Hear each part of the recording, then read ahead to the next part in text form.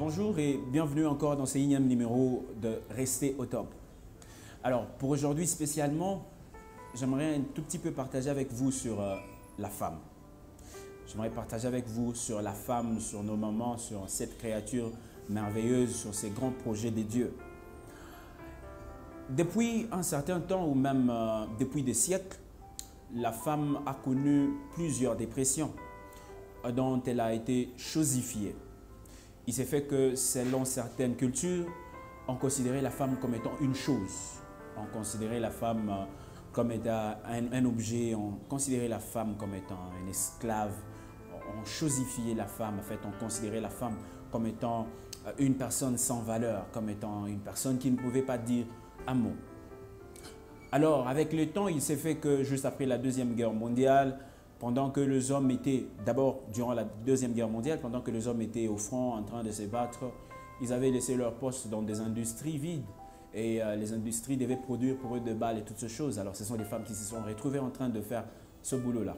Les femmes dont au début le job description était très simple, genre ok pour une femme c'était juste donner naissance ou faire des enfants et puis s'occuper des enfants à la maison, s'occuper du ménage, préparer son mari, toutes ces choses-là.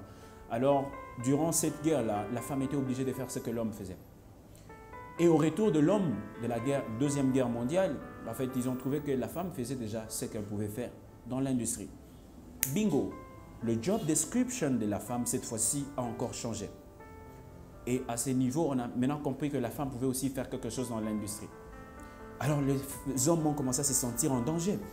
Ils se sentaient en danger dans le sens où ils se demandaient, mais écoutez, si elle peut avoir de l'argent seule, si elle peut tout avoir seule, si elle peut se payer une maison, qu'est-ce que je peux faire? Pourquoi? Parce que pour les hommes avant, être un homme, être un mari, c'était voilà, tu pourvois, tu donnes de l'argent, on achète la nourriture, l'économie de la maison tourne autour de toi. Alors, c'est redevenu difficile. Pourquoi? Parce que cette fois-ci, les hommes avaient du mal à redéfinir c'était quoi le job description de la femme.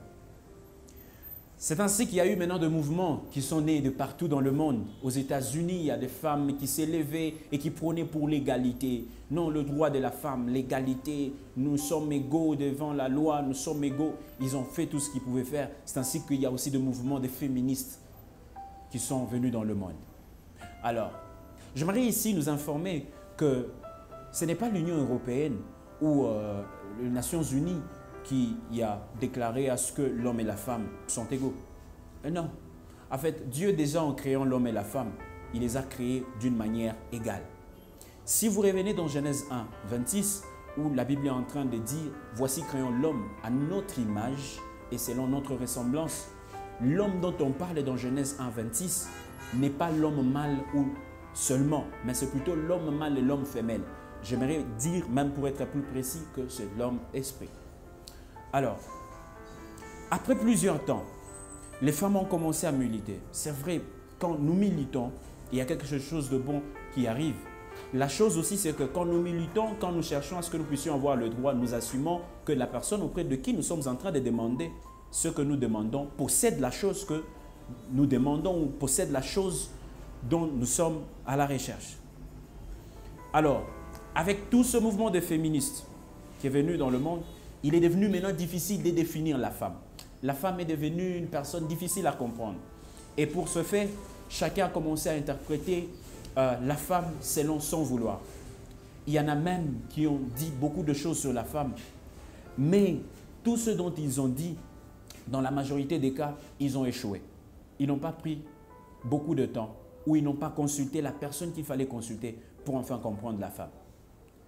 Il est difficile de pouvoir se procurer d'un produit d'une entreprise X et pendant que ce produit est en panne ou pendant que vous cherchez à comprendre ce produit, que vous essayez de recourir aux distributeurs qui ne sont pas officiels pour vous donner des solutions par rapport aux problèmes ressentis ou rencontrés avec le produit X que vous aviez pu acheter. Alors, c'est de cette même façon que l'humanité, dans la majorité des cas, s'est beaucoup trompée, en essayant de comprendre la femme selon les explications des hommes. Pendant que Dieu a créé la femme, Dieu l'a envoyée comme un produit avec son manuel. Le manuel qui nous donne tous les détails. Tout comme quand vous achetez vos tablettes ou quand vous payez vos téléphones, il y a le manuel qu'il y a dans le carton. Et en ce qui concerne la femme, le manuel qui décrit la femme et qui nous explique mieux sur la femme, c'est la Bible. Alors, beaucoup de gens se sont plus fiés à la philosophie et aux fausses théories, des théories qui ont détruit plusieurs pensées et qui ont créé plusieurs paradigmes dans nos vies. Et pour ce faire, ça nous a anéantis, ça nous a réduits en poussière. Et vous savez quoi? Là qu'il n'y a pas la compréhension, là qu'il n'y a pas une bonne compréhension, les abus sont inévitables. D'où la plus grande tragédie dans le monde, ce n'est pas la mort, mais c'est plutôt ignorer qui vous êtes, ce que vous avez et ce que vous êtes censé faire avec ce que vous avez. Alors, est-ce que l'homme et la femme sont égaux? Oui, Dieu les a créés ainsi, mais Dieu les a aussi créés différemment. Je m'explique. En fait, par le fait de leur créer différemment, cela dispose ou fait allusion plutôt à leur fonctionnalité. Est-ce que l'homme et la femme sont censés fonctionner de la même façon? Non. Sont-ils créés pour être leaders, pour dominer, assujettir la terre? Oui. Ce mandat leur a été tous accordé, mais cela avec diverses fonctions. Alors, grâce au mouvement de féministes qui existe, beaucoup de femmes ont perdu leur sens d'identité. Et voilà la raison pour laquelle maintenant plusieurs femmes souffrent de la crise d'identité. Et cette crise d'identité dispose qu'une femme, pour qu'elle puisse se sentir belle, il faut qu'il y ait quelqu'un pour lui dire que non, tu es belle. Pour qu'une femme puisse se sentir une personne importante, il faut qu'il y ait quelques personnes qui l'apprécient en la disant. Alors que de la manière dont Dieu l'a créée, elle est déjà merveilleuse. Elle est déjà complète. Et complète par rapport à ses fonctions qui sont censées être en complémentarité avec les fonctions de l'homme. Voilà la raison pour laquelle ici j'aimerais nous faire comprendre que Dieu nous a créés égaux, femmes et hommes, mais il nous a en même temps créés différemment avec une complémentarité de fonctionnalité. Pourquoi? Voyez-vous, pour que Dieu puisse commencer une nation, Dieu a parlé aux hommes, Dieu a parlé à Abraham, il lui a promis d'être père des nations. Voyez-vous, Abraham portait la sémence, ou Abraham portait la sémence de toutes ces nations-là, mais c'était difficile à ce que Abraham à lui seul puisse se faire ces nations. Pourquoi? Parce qu'il fallait à ce que Sarah soit là. Voyez-vous la complémentarité? Donc, moi j'estime ici qu'il n'y a vraiment pas de raison pour laquelle les femmes doivent se battre pour devenir comme des hommes. Attention, je ne dis pas que vous ne pouvez pas faire le même travail, vous ne pouvez pas avoir de même profession. Les femmes peuvent aussi devenir médecins, elles peuvent aussi être avocates, elles peuvent aussi être au Parlement, elles peuvent aussi faire ce qu'elles peuvent faire par rapport à la profession. Ici, je le souligne, elles peuvent aussi être chef d'entreprise. Oui, vous êtes femme chef d'entreprise, vous êtes boss au bureau, boss dans l'entreprise, et vous êtes femme, vous êtes maman à la maison. Le plus grand problème peut surgir lorsque vous vouliez vous comporter en boss, même en étant à la maison. Pourquoi? Parce que Dieu a fait en sorte qu'il puisse y avoir un leader de position dans votre couple. Et le leader de position, c'est l'homme. L'homme a reçu un leadership de position. Alors, voyez-vous, il n'est pas du tout intéressant à ce qu'une femme cherche à jouer le rôle d'un homme. Je m'explique. En fait, la femme et l'homme ont reçu tous un mandat de leadership, mais avec deux fonctions différentes. L'homme a reçu un leadership de position. Pourquoi? Parce que l'homme est venu en premier dans le monde, mais à part ça, c'est à lui qu'on a donné la gestion de la famille. Et voilà la raison pour laquelle beaucoup de gens disent que voilà, l'homme est le chef de la famille, l'homme est la tête de la famille. En fait, ils ne sont du tout pas wrong. Ils sont OK. Parce que ce qu'ils disent là est vrai. Alors, il s'est fait que la femme n'a pas envié cette position. Pourquoi? Parce que la femme, pour sa part, elle a reçu un leadership d'influence. Et voyez-vous, le leadership d'influence, c'est un leadership même qui est important et qui joue le rôle très primordial dans le déroulement de chaque chose qui se passe.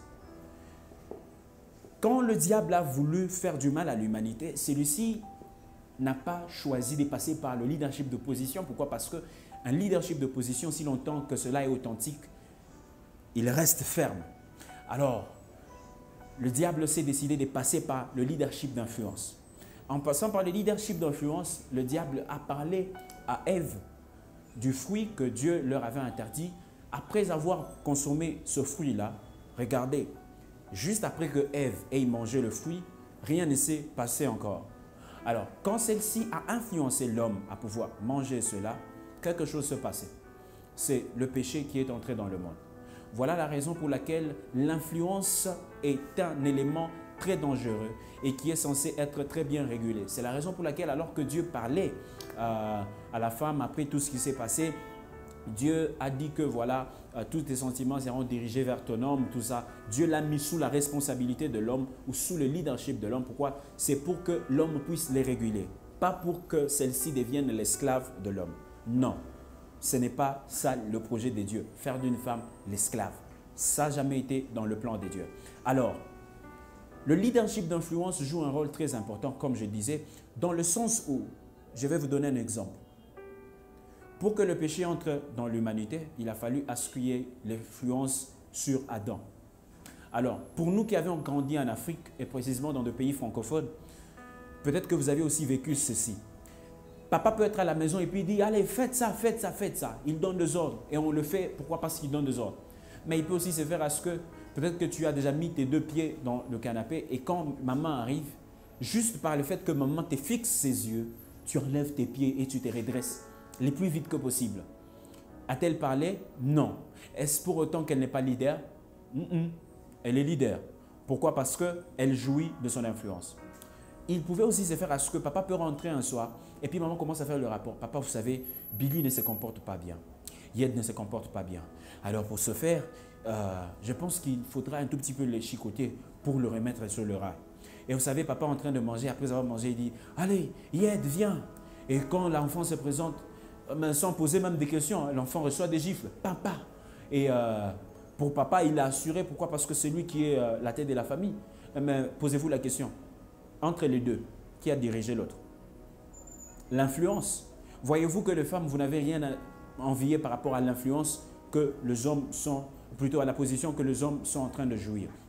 Alors, le diable a usé de l'influence de la femme pour faire beaucoup du mal dans le monde. J'aimerais ici vous expliquer et vous faire comprendre que l'influence ou le leadership d'influence de la femme n'est pas un fruit de leur chute dans le jardin d'Éden parce que c'était déjà dans le projet de Dieu. C'est comme ça que Dieu a aussi conçu la femme. Voilà la raison pour laquelle l'influence de la femme est censée être utilisée dans le bon sens pour apporter le changement et pour apporter de l'impact.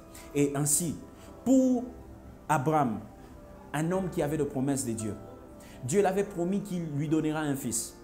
Alors, il s'est fait que l'influence s'est accaparée d'Abraham et a poussé sa main à pouvoir rapidité ou à pouvoir précipiter l'accomplissement de la promesse de Dieu. Ainsi, celui-ci était obligé de faire un enfant avec sa servante. Et voyez-vous ce qui se passe par après, c'est quoi? C'est que après, quand Dieu s'est décidé de bénir Abraham avec son fils de promesse, l'influence encore a joué, toujours par le biais de la femme, pour chasser Agar et son enfant. Et qu'est-ce qui s'est passé par la suite? Abraham a fait ce que sa femme l'a demandé. J'aimerais ici aussi un tout petit peu parler de Samson. Samson, cet homme fort, loin, qui pouvait tuer des milliers de Philistines juste en jetant le crâne ou la mâchoire de l'âne. C'est fait que celui-ci aussi a été victime de l'influence de la femme sur le plan négatif jusqu'à révéler le secret de sa force. Et cela a entraîné sa chute et même sa mort. Voyez-vous la raison pour laquelle le monde dit que derrière chaque grand homme se cache une grande dame? Alors, la question est de vous demander, en fait, la dame qui est derrière, n'est-elle pas leader pour autant qu'il est derrière? Non, je pense qu'elle est leader. Voyez-vous, le pouvoir n'est pas seulement dans le palais présidentiel, dans des maisons blanches de pays ou dans des bureaux de primature. Le pouvoir aussi se cache à la maison et précisément aussi dans des chambres à coucher. Pourquoi? Parce que là aussi, il sort de l'influence par rapport à certaines lois et certains règlements qui tombent comme ça sur la table. Pourquoi? Parce que la femme a usé de l'influence. Alors, le plan de Dieu, c'était de restaurer l'humanité. Pour restaurer l'humanité, Dieu s'est encore décidé de passer par la femme, afin que le salut vienne aux hommes. Ainsi, Marie a conçu Jésus par le revêtement de l'Esprit, et ainsi Jésus-Christ est venu dans le monde et il a donné de sa vie pour que nous tous soyons sauvés. Femmes et hommes, tous nous sommes sauvés par l'œuvre de la croix et par le biais de la femme que Dieu a utilisée. Voilà ainsi la raison pour laquelle j'aimerais parler à toutes les femmes d'un cœur si sincère pour vous dire que vous êtes des êtres merveilleux. Vous savez, vous êtes un projet de Dieu. Avant que l'homme ne puisse penser de vous, avant qu'Adam ne pense d'Ève, vous étiez déjà dans le plan de Dieu. Vous n'êtes pas une alternative, vous n'êtes pas un second plan de Dieu. Dieu savait que vous viendrez et Dieu avait déjà planifié ça de cette même façon. Alors Dieu vous a donné du leadership d'influence pour que vous soyez un sujet de changement, que vous soyez un sujet de bénédiction et que vous soyez un sujet d'impact pour votre communauté. Arrêtez de vous comparer à tout le monde.